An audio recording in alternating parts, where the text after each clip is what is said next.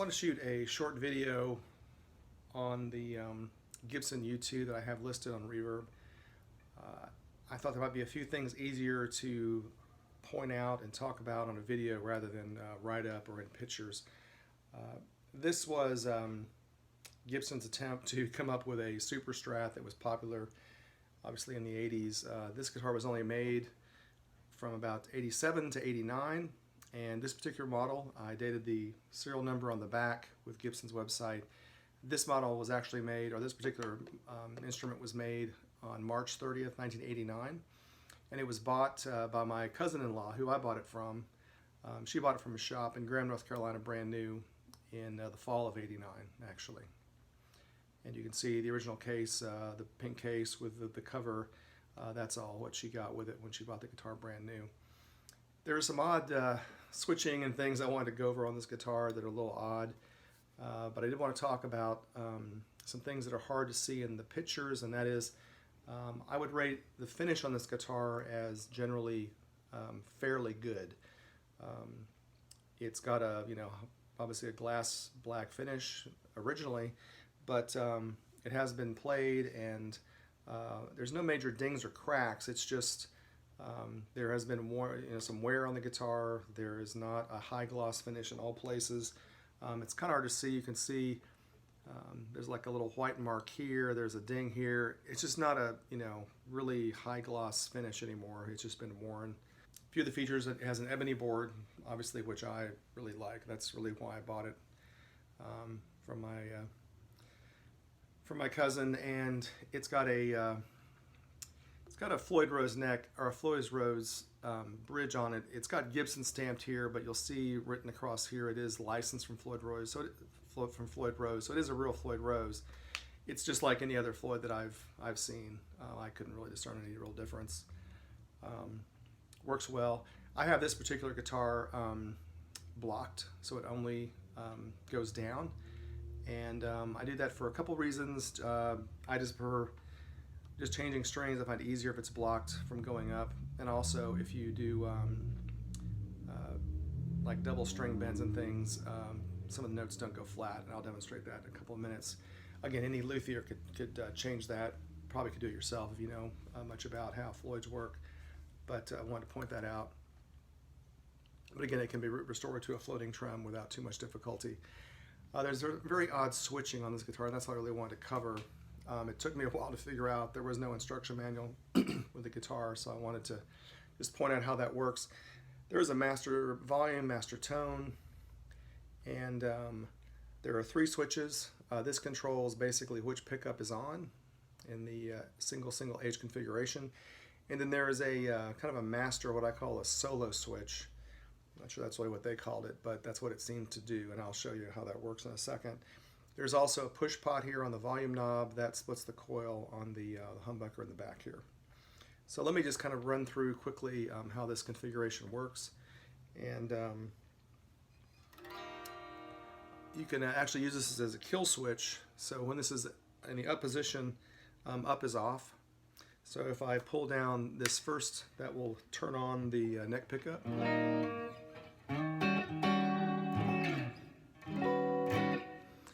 If I turn on the middle pickup, I can have both of these pickups on. If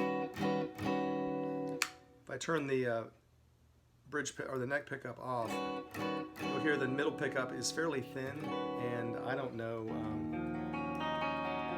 how useful it is, but I don't use it a whole lot. But that's what you can.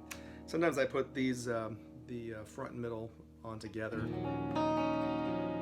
to thin the sound out a little bit, but I generally prefer the neck pickup by itself.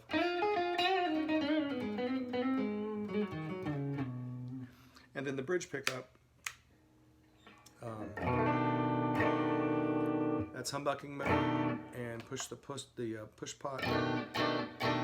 Pretty significant difference to the sound of the single coil, and I find both of these modes pretty useful. I think I'm not sure what this bridge pickup is. It's something obviously Gibson probably wound in their shops, but it's not a bad pickup at all.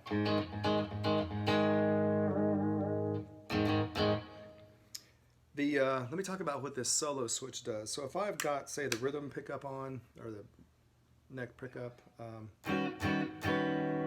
if I then engage this solo switch, it basically turns on the bridge pickup by itself in whatever mode you've got set with this split coil. So if I bring it back, it goes back to whatever configuration I have set up here.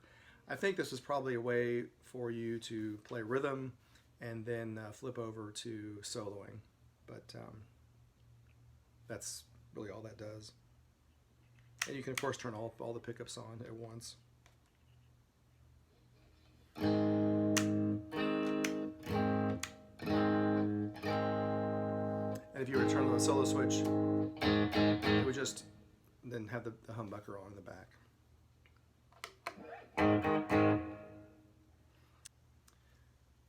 Let me do a couple of quick sound samples. I'm just playing through a Boss 50-watt Quintana, pretty simple. I've got a compressor on with a little light compression on. I've got a dirt pedal that I will turn on here in a second, but let me give you some of the clean tones. Turn off the solo switch and just turn on the neck pickup. Again, pretty useful.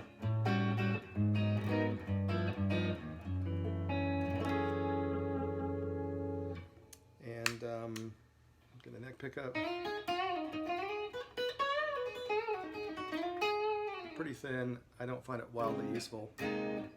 Even with the neck pickup on with it, I prefer the neck without it. And then of course the bridge pickup, which in single coil mode gives a pretty good kind of a pretty good spank.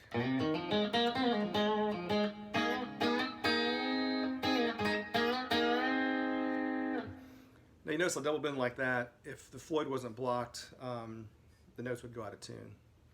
And it's a good example of why I blocked the Floyd. If I did that and pulled up, the A note would typically go flat. So that's one of the reasons I had the Floyd blocked. Put a little dirt on, and I'll show you a few of the distorted tones. This is a barefoot dirt pedal. And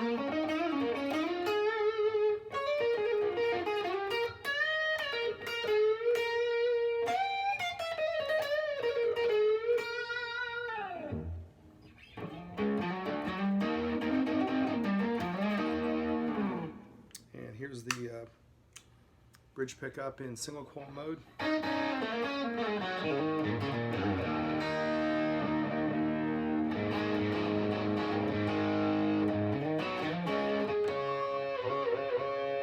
And here's full humbucker.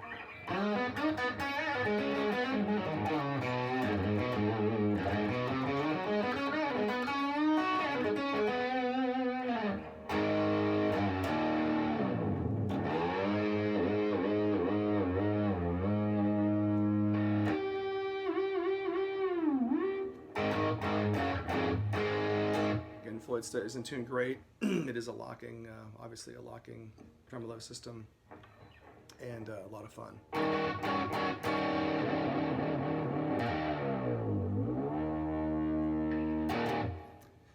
That's about it. Please shoot me any questions if you have them, and I hope this video helps a little bit explain more about this guitar.